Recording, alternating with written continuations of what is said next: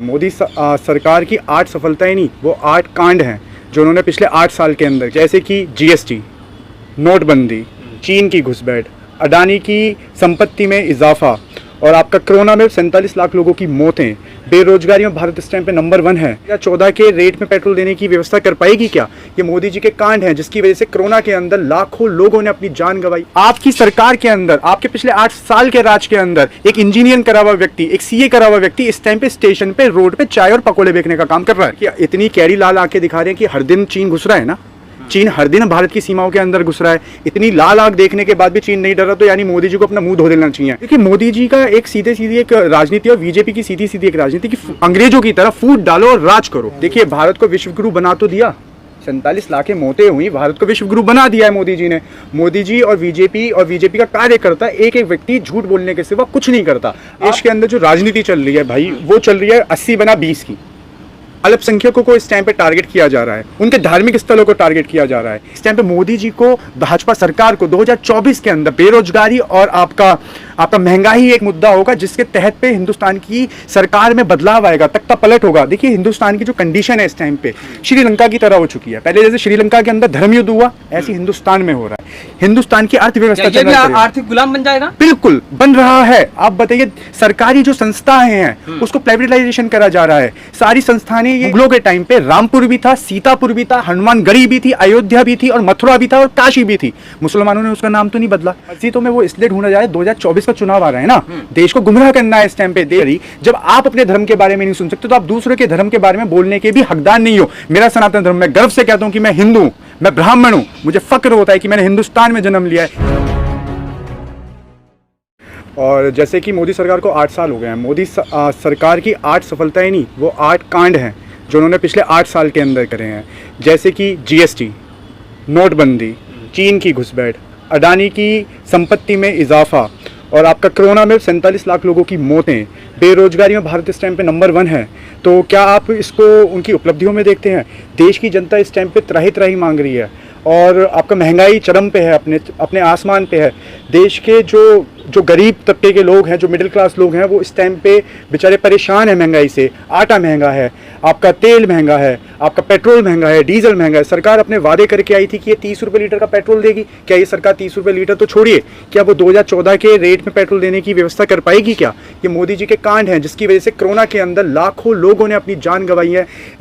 हर एक हिंदू और आपका हर एक व्यक्ति की जान गई है इस कोरोना टाइम के अंदर। जिस टाइम पे प्रवासी मजदूर त्राही त्राही हो रहे थे, नंगे पैर रोड पे घूम रहे थे, उस टाइम पे ये सरकार के लोग घर में बैठ के रामायण और लूडो खेलने का कार्य कर रहे थे। लेकिन जब प्रधानमंत्री कहते हैं कि 8 साल में जो उपलब्धियां हमारी सरकार ने हासिल की हैं, अभी तक किसी सरकार ने नहीं की थी। देखिए, 2014 से पहले मोदी जी हो या बीजेपी का एक एक कार्यकर्ता हो, एक एक सांसद हो, एक एक प्रवक्ता हो, वो बहुत बड़ी बड़ी बातें करता है कि पिछले 75 साल के अंदर देश लूटा। देखिए, सरकार किसी की भी हो, आएंगी और जाएंगी, पर किंतु आप एक बात सोचिए कि सरकार कि जो एक व्यक्ति, चाय बेचने वाला व्यक्ति जो स्टेशन पे चाय बेचता था, वो एक देश का प्रधानमंत्री बन गया। ठीक है, देश का प्रधानमंत्री बन गया, बहुत अच्छी बात। ये अच्छी बात आप देखिए, मैं आपको ये गिनवा रहा हूं कि वो अगर मोदी जी कहते हैं कि कोई सरकार नहीं कर पाई, तो मोदी जी पहले अपनी गिरबान में झांक के देखिए कि आप प्रधानमंत्री बन गए, किंतु आपकी सरकार के अंदर, आपके पिछले 8 साल के राज के अंदर एक इंजीनियर करा हुआ व्यक्ति, एक सीए करा हुआ व्यक्ति इस टाइम पे स्टेशन पे, रोड पे चाय और पकौड़े बेचने का काम कर रहा है। कहीं ऐसा तो नहीं चाय बेचने वाला प्रधानमंत्री बन गया, जो प्रधानमंत्री की कुर्सी बैठने वाला था उसको स्टेशन में छोड़ दिया गया? देखिए, मोदी जी को अपनी कुर्सी से प्यार है, जनता से प्यार नहीं है। मोदी जी आजकल बयान दे रहे हैं कि मैं ड्रोन से सब कुछ देख रहा हूँ। क्या ड्रोन से मोदी जी ने क्या गंगा में जो तैरती हुई जो लाशें थी कोरोना टाइम के अंदर, मोदी जी ने क्या वो देखी? क्या चीन जो हमारे आए दिन हमारे भारत के अंदर घुसपैठियां कर रहा है, क्या मोदी जी उसको देख रहे हैं? मोदी जी निंदिया से जागिए और अपनी पीठ पे लाल आंखें दिखा रहे हैं चाइना पर, लाल आंखें देखिए, इतनी कैरी लाल आंखें दिखा रहे हैं कि हर दिन चीन घुस रहा है ना, चीन हर दिन भारत की सीमाओं के अंदर घुस रहा है। इतनी लाल आंख देखने के बाद भी चीन नहीं डर रहा, तो यानी मोदी जी को अपना मुंह धो देना चाहिए कि जनता को गुमराह मत करो, जनता को सत्य बताओ कि आपकी विफलताएं क्या है। आपने जीएसटी लगाई, जीएसटी से लोगों को नुकसान हुआ, नोटबंदी करी। नोटबंदी के टाइम में भाई मैंने देखा है, मैं खुद वहाँ पे गया हूँ, नोटबंदी के टाइम में महिलाएं, गर्भवती महिलाएं लाइन में लगी हुई थी कि उनके ऑपरेशन के उनको पैसे चाहिए थे। कुछ तो लोगों ने अपना लाइन में लग के ही बच्चों को वहाँ पे जन्म दे दिया। उनकी उपलब्धियों में ये तो शुमार हो सकता है कि उन्होंने राम मंदिर का निर्माण उनके राज्य में हुआ, उनके सरकार के। देखिए भाई, आस्था एक अलग विषय है। आस्था पेट की रोटी जो पेट की जो भूख है वो आस्था से नहीं मिटती, उसके लिए तो गरीब इंसान को काम ही करना पड़ेगा। तो उस सरकार को, जो सरकार इतने लंबे लंबे वादे करती है, सरकार को अपना दायित्व पूरा करना चाहिए। सरकार को ये नहीं कि आप हिंदू के ऊपर और मुसलमान के ऊपर, जाति के ऊपर आप राजनीति करो। सरकार हमने चुनी थी बेरोजगारी मिटाने के लिए, सरकार हमने चुनी थी कि देश की अर्थव्यवस्था अच्छी हो, सरकार हमने चुनी थी जो बेरोजगार युवा है, जो जिसके पास रोजगार नहीं है उसको रोजगार देने की सरकार हमने इसलिए नहीं चुनी कि आप आके आए दिन नए नए मुद्दे उठाइए। लेकिन आज मुद्दा यही है, हिंदू और मुसलमान, कभी कब्रिस्तान, कभी शमशान, कभी पाकिस्तान, कभी मुसलमान को जिहाद के नाम पर, कभी घर। देखिए, अगर मुसलमानों को पहले भी ऑफर मिला था, जिस टाइम पे सन 47 के अंदर देश आज़ाद हो रहा था हमारा, कि जिनको पाकिस्तान जाना है वो पाकिस्तान जाइए, तो जो भारत मूल के जो मुसलमान हैं, यानी इसका मतलब वो अपने देश से प्यार तो करते थे जब भी वो इस देश के अंदर रुके। और इस देश के लिए उन्होंने क्या नहीं किया है, स्वतंत्रता संग्राम के अंदर उन्होंने अपनी जानें दी हैं। और आज भी देश का मुसलमान कुछ ना कुछ करता रहता है। जिस टाइम पे कोरोना टाइम पे लोग बाग अपने घरों में बैठे हुए थे, उस टाइम पे देश का मुसलमान भी रोड पे था, वहीं हिंदू भी रोड पे थे। ठीक है, देखिए मोदी जी का एक सीधे सीधी एक राजनीति और बीजेपी की सीधी सीधी एक राजनीति की अंग्रेजों की तरह फूट डालो और राज करो। भारत को विश्व बनाने की ओर जा रहे हैं। देखिए, भारत को विश्व गुरु बना तो दिया, 47 लाख मौतें हुई, भारत को विश्व गुरु बना दिया है मोदी जी ने। मोदी जी और बीजेपी का कार्यकर्ता, एक एक व्यक्ति झूठ बोलने के सिवा कुछ नहीं करता। आप अगर उनसे महंगाई के ऊपर बात करेंगे तो वो हिंदू मुसलमान पे चले जाएंगे। महंगाई राष्ट्र हित में बताई जाती है जी, महंगाई को राष्ट्र हित में बताया जा रहा है। देखिए, महंगाई राष्ट्र हित में होती है। आप एक बात बताइए, गरीब जनता के पास जब पैसा ही नहीं होगा तो वो कहाँ से राष्ट्र हित में पैसा देगी? इस टाइम पे किसी आम जनता के पास पैसा है क्या? अभी आपने कहा पैसा है, अडानी और अंबानी के पास पैसा है। अडानी की कमाई में हर महीने देखिए इजाफा ही होता है। जैसे कि भी आपने कहा कि मुसलमान के पास चांस था, चाहते तो पाकिस्तान चले जाते, लेकिन उन्होंने यहाँ पर रहकर के इस देश के वतन के प्रति अपनी श्रद्धा के साथ साथ एक देशभक्ति दिखा करके यहाँ पर रुक गए। लेकिन लगातार मुसलमानों को टारगेट किया जाता रहा है कि उनको देशद्रोही। देखिए, इस देश के अंदर जो राजनीति चल रही है भाई, वो चल रही है 80-20 की। अल्पसंख्यकों को इस टाइम पे टारगेट किया जा रहा है, उनके धार्मिक स्थलों को टारगेट किया जा रहा है, जिससे मोदी जी आम जनता को इसके अंदर उलझा के रखेंगे। और उनके जो व्यापारी जो मित्र हैं, जो उनके जो व्यापारिक जो उनका जो समर्थन करते हैं, उनको फायदा देने के लिए, आम जनता को गुमराह करने के लिए मोदी जी ने ये धर्म हिंदू और मुस्लिम के अंदर बांट रखा है। देखिए, बाकी हम बचपन से लेके आज तक एक चीज़ पढ़ते हैं कि हिंदू मुस्लिम सिख ईसाई आपस में है भाई भाई। ये हिंदुस्तान गंगा यमुना तहजीबी का है। ठीक है, यहाँ पे मजहब के नाम पे दरार डालने की कोशिश करी जा रही है। आम जनता समझ चुकी है। इस टाइम पे मोदी जी को, भाजपा सरकार को 2024 के अंदर बेरोजगारी और आपका महंगाई एक मुद्दा होगा, जिसके तहत पे हिंदुस्तान की सरकार में बदलाव आएगा, तख्ता पलट होगा। देखिए, हिंदुस्तान की जो कंडीशन है इस टाइम पे श्रीलंका की तरह हो चुकी है। पहले जैसे श्रीलंका के अंदर धर्म युद्ध हुआ, ऐसे हिंदुस्तान में हो रहा है।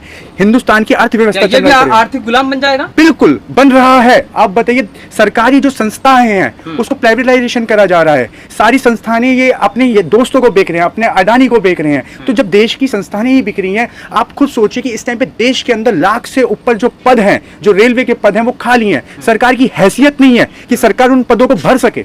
लेकिन अभी आपने कहा कि इस देश में मुसलमान की जो इबादत गाहें हैं, मस्जिदें और इन चीज़ों को तोड़ा जा रहा है। लेकिन ये चीज़ें ये भी है, कहा जा रहा है कि जो हमारे पहले चीज़ें थी, मुगल साम्राज्य आया और तोड़ करके मंदिर को तोड़ करके मस्जिद बना लिए, उसे हम वापस ले रहे हैं। क्या हम अपनी चीज़ें वापस ले रहे हैं? देखिए, मुगलों ने 700 साल राज किया हिंदुस्तान के ऊपर। मैं किसी का पक्ष नहीं ले रहा हूँ। अगर मुगल इतने ही गंदे होते तो हिंदुस्तान का नाम वो चाहते तो इस्लामिस्तान भी कर सकते थे, पर उसका नाम हिंदुस्तान रहने दिया। जैसे कि आपने देखा होगा कि मुगलों के टाइम पे रामपुर भी था, सीतापुर भी था, हनुमानगढ़ी भी थी, अयोध्या भी थी और मथुरा भी था और काशी भी थी। मुसलमानों ने उसका नाम तो नहीं बदला। देखिए, आस्था के प्रतीक देखो, भगवान भंडारी, भोलेनाथ भंडारी कण कण के अंदर वास करते हैं। उनको कोई एक पर्टिकुलर मंदिर की जरूरत नहीं है। हनुमान बाबा, हर बजरंगबली, हर एक कण कण में, हर एक पत्ते में, हर एक हवा में है। उनको कोई जस्टिफाई करने की जरूरत नहीं। अभी बीच में मस्जिदों में क्यों ढूंढा जा रहा है? फिर मस्जिदों में वो इसलिए ढूंढा जा रहा है, 2024 का चुनाव आ रहा है ना, देश को गुमराह करना है। इस टाइम पे देश के अंदर जो अमन और चैन की नींद जो जनता सो रही है, उसका चैन खराब करना है इनको। देखो, इन्होंने पहले आर्थिक मार तो मार दी, अब जनता सो भी रही है तो उनको उससे भी दिक्कत है कि जनता सो क्यों रही है। दंगे कराने की चांस है क्या? बिल्कुल दंगे होंगे। आप एक बात, अगर किसी की आस्था के ऊपर अगर हम भद्दी बड्डी टिप्पणी करेंगे, अभी निपुण शर्मा जी ने, बीजेपी की बड़ी प्रवक्ता हैं, उन्होंने एक इतनी भद्दी टिप्पणी करी। जब आप अपने धर्म के बारे में नहीं सुन सकते तो आप दूसरों के धर्म के बारे में बोलने के भी हकदार नहीं हो। मेरा सनातन धर्म, मैं गर्व से कहता हूं कि मैं हिंदू हूं, मैं ब्राह्मण हूं, मुझे फक्र होता है कि मैंने हिंदुस्तान में जन्म लिया है, एक ऐसे हिंदुस्तान में जहां पे हिंदू, मुस्लिम, सिख, ईसाई सब सारे रिलीजियस एक हैं। पर कुछ चंद कथा कथित हिंदू जो धर्म के नाम पे एक बिंदु बन चुके हैं। उन्होंने इस देश को खराब करने की साजिश चल रही है। आप हिंदू कैसे- राष्ट्र बनाने की कोशिश चल रही है सर, आप कह रहे हो कि इस देश देखिए हिंदू राष्ट्र आप हिंदू राष्ट्र का विरोध कर रहे हैं। देखिए मैं हिंदू राष्ट्र कैसे का हिंदू विरोध- हैं आप? देखिए मैं हिंदू राष्ट्र का विरोध नहीं कर रहा, मैं हिंदू राष्ट्र का विरोध नहीं कर रहा। हिंदू राष्ट्र तो ये है ही, ये हिंदू राष्ट्र तो है ही। देखिए मेरा धर्म सनातन धर्म है, सनातन धर्म और हिंदू धर्म में फर्क है। हिंदू तो मुसलमान भी है, जो हिंदुस्तान में रहता है वो तो हिंदू है, वो भी तो हिंदू है। हिंदू राष्ट्र तो ये शुरू से है। ये सिर्फ और सिर्फ खाली जो देश की अखंडता है, जो एकता है, उसको बिखेरने का कार्य कर रहे हैं। तो ये लगातार जिस तरह से शिक्षा, स्वास्थ्य, रोजगार की बातें ना करके और धार्मिक मुद्दों को लाया जा रहा है, क्या इन चीजों से देश देखिए- की जनता ऊपर उठेगी या नहीं? देखिए क्योंकि लगातार अभी सरकार बदली नहीं जा रही है, जीत पे जीत मिल रही है। देखिए अभी जैसे कि एक सांसद है नवनीत राणा जी, उनका एक इंटरव्यू में देख रहा था। उनको उनकी हैसियत नहीं थी कि उनको ये पता हो कि हनुमान जी का नाम हनुमान क्यों पड़ा। वो तो बस ये कह रही है कि मैं तो हनुमान 40 पढ़ूंगा। अरे आप किस बात की, आप ढोंगी हनुमान भक्त हो क्या? आपको ये तक नहीं पता कि आप हनुमान जी का नाम हनुमान कैसे पड़ा? तो ये एक फर्जी एक विचारधारा चलाई जा रही है, जिसके अंदर सभ्यताओं को तोड़ने का और देश की अखंडता को तोड़ने का कार्य किया जा रहा है। एक आखिरी सवाल, देश की जनता इन तमाम मुद्दों से ऊपर कैसे उठेगी? क्योंकि लगातार सरकार बदली नहीं जा रही है, इन्हें दोबारा चुन करके फिर सत्ता में लाया जा रहा है। देखिए सरकार 2024 के अंदर बदलेगी और 101% बदलेगी। विश्वास है आपको? विश्वास है मुझे, क्योंकि देश की जनता जाग चुकी है। देखिए देश के असल मुद्दे, देखो राजनीति जो होती है देश के मुद्दों के लिए बनी है, राजनीति धर्म के लिए करने के लिए नहीं बनी। देश की राजनीति के लिए मोदी जी का देखो एक प्लान है कि वो देश को बंटवारों में बांट दें, फूट डाल देंगे और राज करने लग जाएंगे।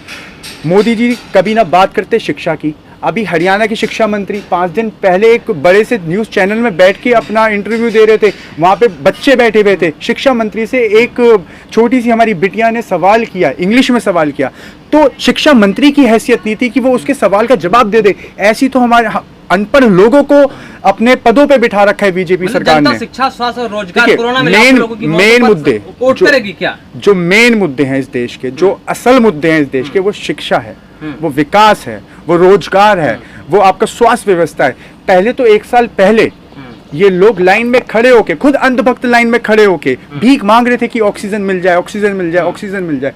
पर 1 साल बाद जैसी चीजें अनुकूल हुई, वैसी इन लोगों ने फिर देश को गुमराह करने के लिए कि देश के जो आम नागरिक हैं वो सवाल ना करे सरकार से, इसलिए इन्होंने टीवी डिबेटों पे बिठा दिया हिंदू और मुस्लिम का खेल, और लोगों के बीच में बीजेपी का एक कार्यकर्ता ये खेल जाके, खत्म होने वाला है। बिल्कुल ये खेल खत्म होने वाला है।